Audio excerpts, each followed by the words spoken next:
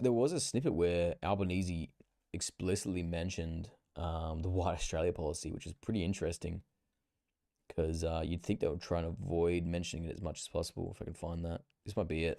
First, regarding the will of the people, that's called elections. And we have a proud democracy in this country, and I defend it. And people in this country voted for a government that would understand that modern Australia was, as the Minister has just reflected, a different nation than it was under the White Australia policy some time ago. And they voted for a government that would understand that our diversity is a strength.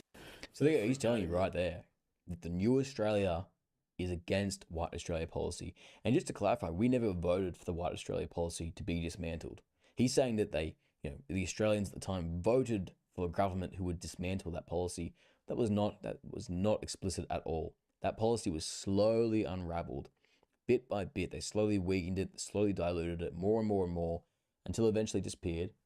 And on top of that, we had social engineering, societal engineering happening within our universities, within our institutions, within our media. You had targeted marketing campaigns to convince Australians that this is acceptable, that multicultural Australia is the new Australia. Things like the beautiful Bolts, where they brought in, they did like footage of all these beautiful Baltic people who were kind of like white leaning to convince Australians, it's not just British people that are good looking.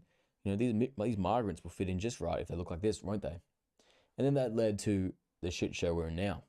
So it led to us accepting bloody Vietnamese, Chinese, Middle Easterners, keeps going. And then by that point, the entire definition of an Australian has been perverted.